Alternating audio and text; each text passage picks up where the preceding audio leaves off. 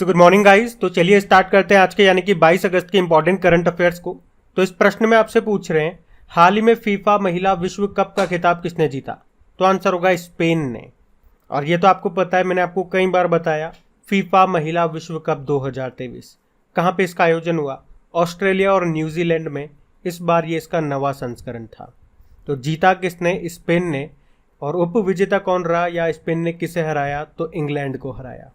और स्पेन इसे 1-0 से जीता है। और इसमें वो एकमात्र गोल किसने किया? तो स्पेन की जो कप्तान है ओल्गा कार्मोन, उन्होंने वो एकमात्र गोल किया जिसने इनको विजेता बनाया। और स्पेन की महिला टीम, इसने पहली बार फीफा विश्व कप का खिताब जीता है। आज तक इसने कोई भी खिताब नहीं जीता, ना ब्रोंज, ना सिल्वर, ना गोल्ड। तो इसने पहली बार खिताब जीता, मतलब पहली बार चैंपियन बनी है ये। और पहली बार में इसने गोल्ड ही जीता है। वैसे स्पेन की पुरुष टीम वो भी एक बार चैंपियन रह चुकी है। तो आप यूं भी कह सकते हो, देखो कि पुरुष और महिला दोनों में विश्व कप जीतने वाला दूसरा देश बन गया है ये स्पेन। तो पहला कौन सा था? पहला जर्मनी था। बात समझ में आई? बाकी देखो, मैं आपको ये भी बता देता हूँ कि गोल्डन बूट अवार्ड किसे मिला, गोल्डन बॉल अवार्ड और गोल्डन ग्लव अवार्ड किसे मिला। इस तरह के प्रश्न भी पूछ लिए जाते हैं कभी कभार, तो ध्यान रखना। जैसे कि गोल्डन बूट अवार्ड मिला है जापान की हिनाता मियाजावा को। गोल्डन बॉल अवार्ड मिला है एटाना बोनमाटी को, जो स्पेन की हैं। और गोल्डन ग्लव अवार्ड मिला है मेरी इयरप्स को, ये इंग्लैंड की हैं। और इसी तरह से एक इवेंट आपको और याद आएगा, फीफा मेंस वर्ल्ड कप जो 2022 के लास्ट में हुआ था, 22वां संस्करण था। कहाँ पे हुआ था? कतर में हुआ था। उसका मैस्कोट क्या था? लाइब। और मैस्कोट से बात करेंगे तो इस फीफा महिला विश्व कप का मैस्कोट यानी कि शुभंकर क्या है?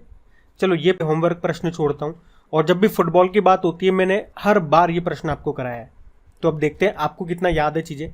बाकी ये मेंस वर्ल्ड कप की बात कर रहे हैं तो इसको अर्जेंटीना ने जीता था फ्रांस को हरा के।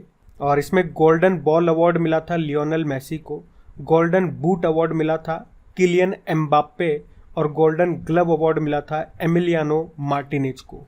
और अगली बार जो होगा 2026 में ये फीफा मेंस वर्ल्ड कप, ये 3 देशों में होगा, अमेरिका, मैक्सिको और कनाडा में। और इसी तरह से याद होगा अभी 2023 में ही फीफा अंडर 20 वर्ल्ड कप भी हुए थे। कहाँ पे? अर्जेंटीना में हुए थे। पहले ये इंडोनेशिया में होने वाले थे लेकिन कैंसिल हो गया, फिर ये अर्जेंटीना में हुए और इसको उरुग्वे ने जीता इटली को हरा करके। और इसी तरह 2023 में FIFA under 17 mains world cup, ये कहाँ पे होंगे? ये इंडोनेशिया में होंगे। पहले पेरू में होने वाले थे ये, लेकिन उससे मेजबानी छीन ली, तो अब ये इंडोनेशिया में होंगे। और पिछले साल जो FIFA under 17 women's world cup हुआ था, वो भारत में हुआ था। उसको स्पेन ने ही जीता था कोलंबिया को हरा करके। वैसे अभी याद दिला दूं कि 76 नंबर की संतोष ट्रॉफी सऊदी अरब में हुआ था फाइनल, इसको कर्नाटक ने जीता मेघालय को हरा के। और डूरंड कप का संबंध भी फुटबॉल से है। ये एशिया का सबसे पुराना फुटबॉल टूर्नामेंट है, 132वें नंबर का है, जिसका आयोजन हो रहा है कोलकाता में। और अभी आपको याद होगा कि 2022-23 के लिए All India Football Federation women's footballer of the year चुना गया मनीषा कल्याण को। और men's footballer of the year चुना गया था लालियान जुआला यांगटे को। और फुटबॉल की बात है तो फीफा की बात आएगी। स्थापना होती है 1904 में, हेडक्वार्टर है ज्यूरिख स्विट्जरलैंड में और प्रेसिडेंट हैं गियानी इन्फेनिटो। और फुटबॉल से संबंधित कुछ कप एंड ट्रॉफीज जैसे कि रोवर्स कप हो गया, संतोष ट्रॉफी हो गया, सुब्रतो कप हो गया, डूरंड कप हो गया, आशुतोष कप हो गया, मर्डेगा कप हो गया, इन सब का संबंध फुटबॉल से है, ध्यान रखना। बढ़ते हैं आगे। चलिए फिर बताइए, हाल ही में डीजी यात्रा सुविधा प्राप्त करने वाला उत्तर पूर्व का पहला हवाई अड्डा कौन सा बन गया? तो आंसर होगा गोपीनाथ बारदोलाई अंतरराष्ट्रीय हवाई अड्डा। अब ये कहाँ पर है? ये एक प्रश्न बन जाता है आपका स्टैटिक प्रश्न। तो देखो, आधुनिक असम का संस्थापक किन्हें कहा जाता है? अगर ये आपको पता है तो गोपीनाथ बारदोलाई के कहा जाता है। तो इससे आप पता लगा लोगे कि किस राज्य में है ये हवाई अड्डा, असम में। और ये अभी डीजी यात्रा सुविधा प्राप्त करने वाला उत्तर पूर्व का पहला हवाई अड्डा बन गया है। अब आपके मन में आएगा डीजी यात्रा ये क्या सिस्टम है? तो वैसे ये मैं आपको अलग से करंट अफेयर्स में भी बता चुका हूँ, लेकिन फिर से सुनो। देखो, जब आप एरोप्लेन वगैरह में ट्रेवल करते हो तो उससे पहले आपको एयरपोर्ट पर काफ़ी सारी सिक्योरिटीज़ के थ्रू होकर निकलना पड़ता है, काफ़ी सारी चेकिंग वगैरह होती है, तो वहाँ पे बहुत ज़्यादा टाइम लगता है। तो उस टाइम को कम करने के लिए सरकार एक नई टेक्नोलॉजी लेकर के आई, जिससे ये लगने वाला समय बहुत कम हो गया। इसमें मतलब क्या होता है, आपका चेहरा ही आपकी पहचान होती है।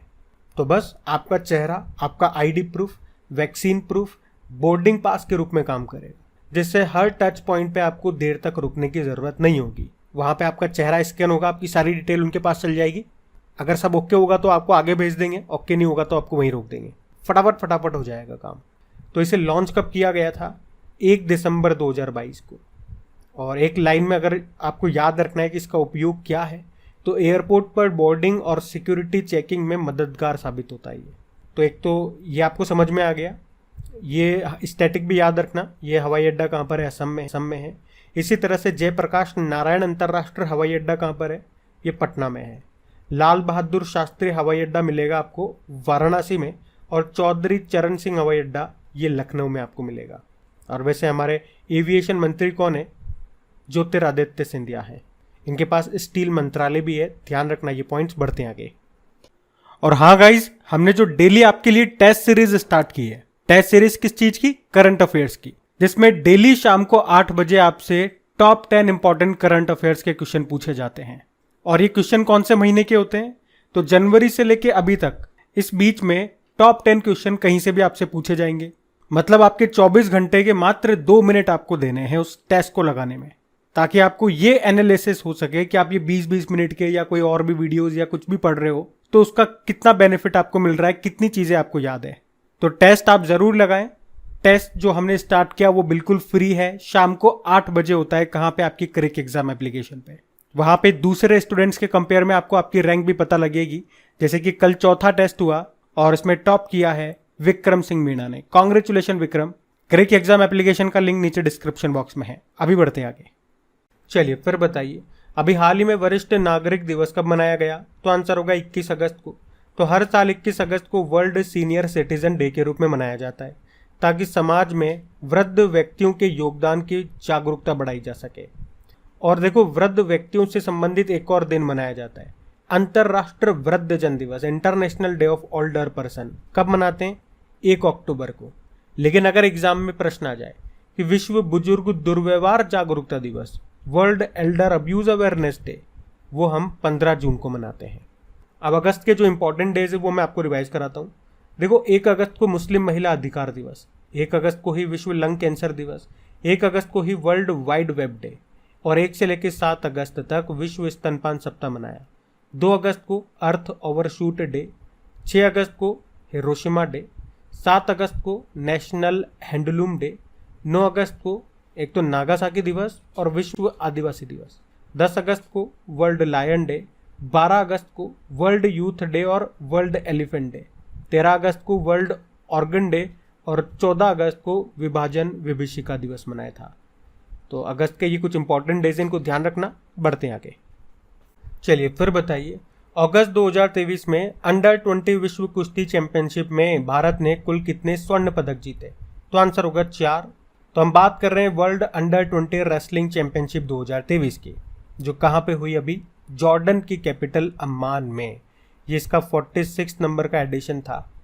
इसमें भारत ने टोटल 14 मेडल जीते हैं।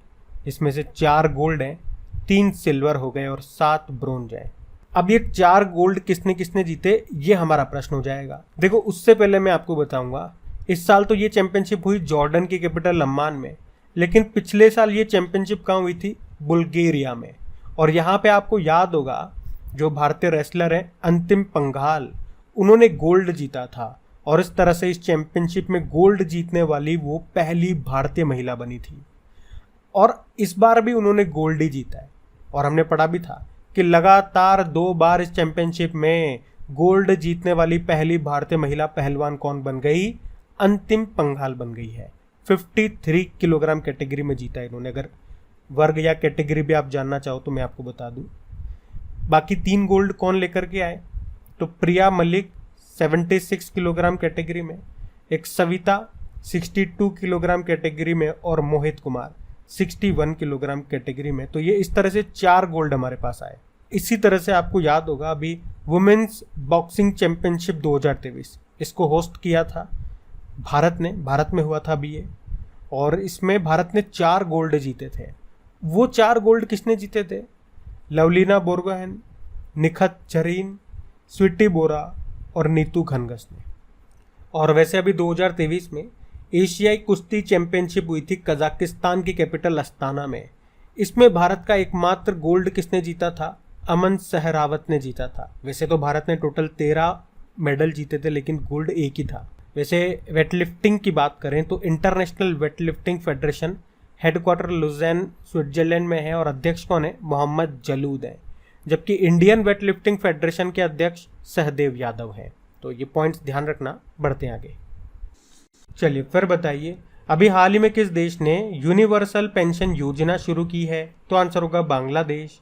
बात कर रहे हैं यूनिवर्सल पेंशन योजना की, और अभी इसे बांग्लादेश के प्रधानमंत्री शेख हसीना ने शुरू किया है। अब क्या है ये योजना? तो देखो, बांग्लादेश के जो नागरिक हैं जिनकी उम्र 18 वर्ष से ज़्यादा है वो इस योजना में भाग ले सकते हैं। अब आप सोच रहे होंगे पेंशन मिलेगी क्या? तो पेंशन तो कब मिलती है? जब आप बुजुर्ग हो जाओगे, और बुजुर्ग हम मानते हैं 60 साल के ऊपर वालों को। तो इन्होंने भी यही कहा है कि आपको पेंशन तो मिलेगी जब आप 60 साल को क्रॉस कर जाओगे। तो फिर आप कहोगे ये योजना फिर हमारे कैसे काम की हुई? अरे भैया, आपके काम की है। पहले पानी भरोगे तभी तो पियोगे। मतलब 60 साल तक, अगर आप 18 साल के ऊपर के हैं तो आप इसके लिए एप्लीकेबल हैं, और अब आपको 60 साल तक किस्तें भरनी होगी, इंस्टॉलमेंट में पैसा जमा कराना होगा। उसके बाद 60 साल के बाद आपको के रूप में पैसा मिलेगा। अरे आप इतना क्यों सोच रहे हो? अपनी भारत की अटल पेंशन योजना के बारे में नहीं सुना क्या आपने? सुना है ना, जिसको प्रधानमंत्री नरेंद्र मोदी जी ने जून 2015 में लॉन्च किया था। क्या है वो योजना? वो भी तो यही है कि उसमें बस ये कह दिया कि 18 से लेके 40 वर्ष तक के जो लोग हैं भारत के, वो इसमें पार्टिसिपेट कर सकते हैं। और करना क्या होगा उसमें? 60 साल की उम्र तक आपको प्रीमियम राशि, जो भी आपकी किस्त बनेगी, वो आपको जमा करनी होगी। और फिर 60 साल के बाद आपको 1,000 रुपये से लेके 5,000 रुपये तक मासिक पेंशन मिलेगी। जो भी आप पैसा जमा करोगे उसके हिसाब से पेंशन होगी। ज़्यादा पैसा जमा करोगे ज़्यादा पेंशन मिलेगी, कम करोगे कम मिलेगी। तो उसी तरह से उन्होंने भी ये यूनिवर्सल पेंशन योजना शुरू की है। हमारी चीटिंग कर ली लगता है ना, कोई बात नहीं, कर लेने दो। अच्छा, एक प्रश्न मैं आपसे और पूछूंगा, अभी किस राज्य सरकार ने आसरा पेंशन योजना को शुरू किया था? तो आंसर होगा इसका तेलंगाना, ये याद रखना। बाकी बांग्लादेश के बारे में जानते हो आप, कैपिटल इसकी ढाका है। वैसे बिम्स्टेक का हेडक्वार्टर ढाका में ही है। करेंसी टका है, प्रेसिडेंट है अब्दुल हामिद और प्रधानमंत्री शेख हसीना। और वैसे बांग्लादेश के साथ हम कौन कौन सी एक्सरसाइज करते हैं? तो एक तो संप्रीति एक्सरसाइज करते हैं, मेनामती मैत्री एक्सरसाइज करते हैं, एक बोंगो सागर नाम की एक्सरसाइज भी करते हैं। अच्छा, यूं बताओ कि वर्ल्ड बैंक ने दक्षिण एशिया में पहली सड़क सुरक्षा परियोजना को कहाँ शुरू किया? तो आंसर होगा बांग्लादेश। अभी जो अरब सागर से चक्रवात उठा था ना, बिपौर-जॉय, उसका नाम बिपौर-जॉय किसने रखा था? बांग्लादेश ने ही। और अभी मैत्री पाइपलाइन, ये भारत और बांग्लादेश के बीच में बिछाई गई है। इसमें भारत से बांग्लादेश को रिफाइंड डीजल भेजा जाएगा। तो ध्यान रखना ये पॉइंट्स, बढ़ते आगे। चलिए फिर बताइए कि अभी बीपीसीएल ने किसे अपना ब्रांड एम्बेसडर बनाया? तो आंसर होगा राहुल द्रविड़ को। तो बीपीसीएल यानी कि भारत पेट्रोलियम कॉर्पोरेशन लिमिटेड, इसने अभी राहुल द्रविड़ को अपना ब्रांड एम्बेसडर बनाया है।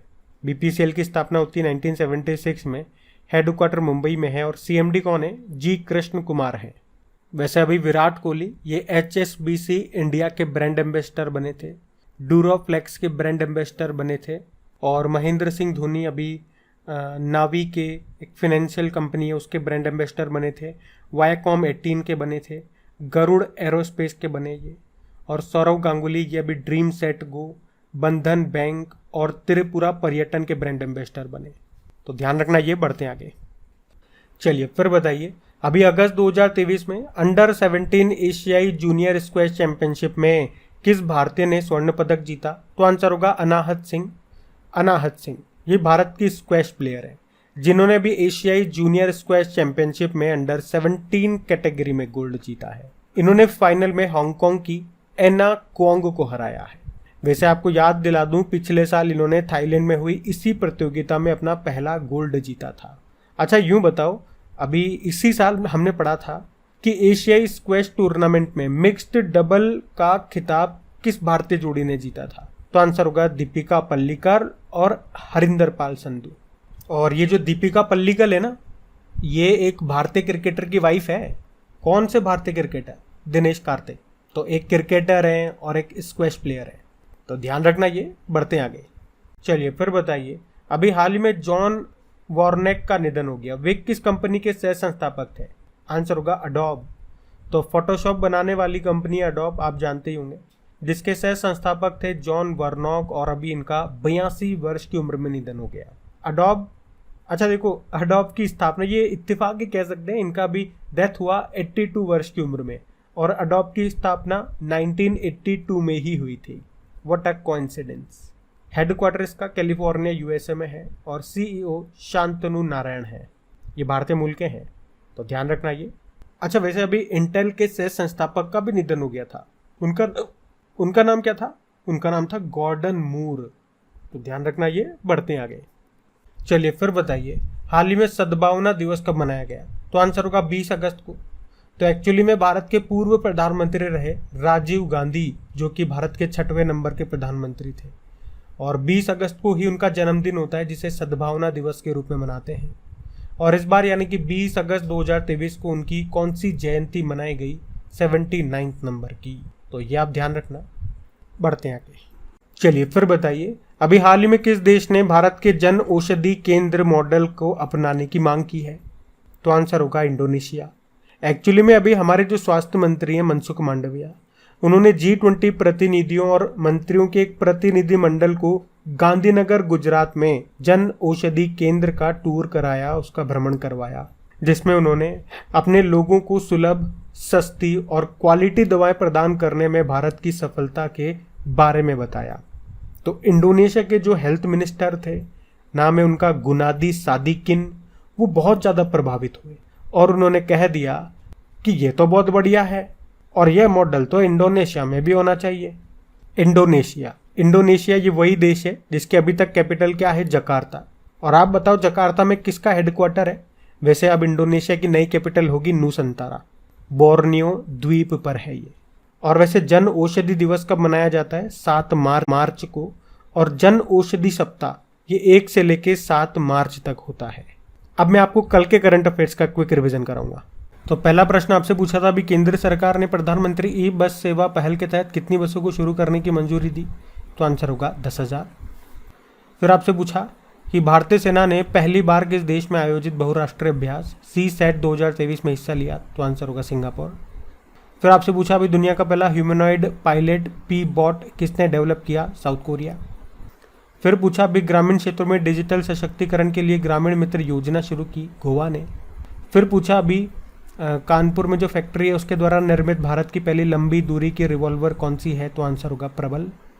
फिर पूछा, एशियन डेवलपमेंट बैंक ने भारत के किस राज्य में प्रारंभिक बचपन के विकास और मात्र मानसिक स्वास्थ्य के लिए $40.5 मिलियन ऋण को मंजूरी दी? मेघालय। फिर पूछा, अभी केंद्र सरकार ने 2 करोड़ ग्रामीण महिलाओं के कौशल प्रशिक्षण के लिए कौन सी योजना शुरू करने की घोषणा की? लखपति दीदी योजना। फिर पूछा, मक्खन महोत्सव अंडूरी का आयोजन ये कहाँ पे किया गया? उत्तराखंड। और किस राज्य ने 100 साल पुरानी संगीत विरासत मेहर बैंड को पुनर्जीवित करने की घोषणा की? मध्य प्रदेश। और प्रोजेक्ट क्लैप कहाँ शुरू हुआ? उत्तराखंड।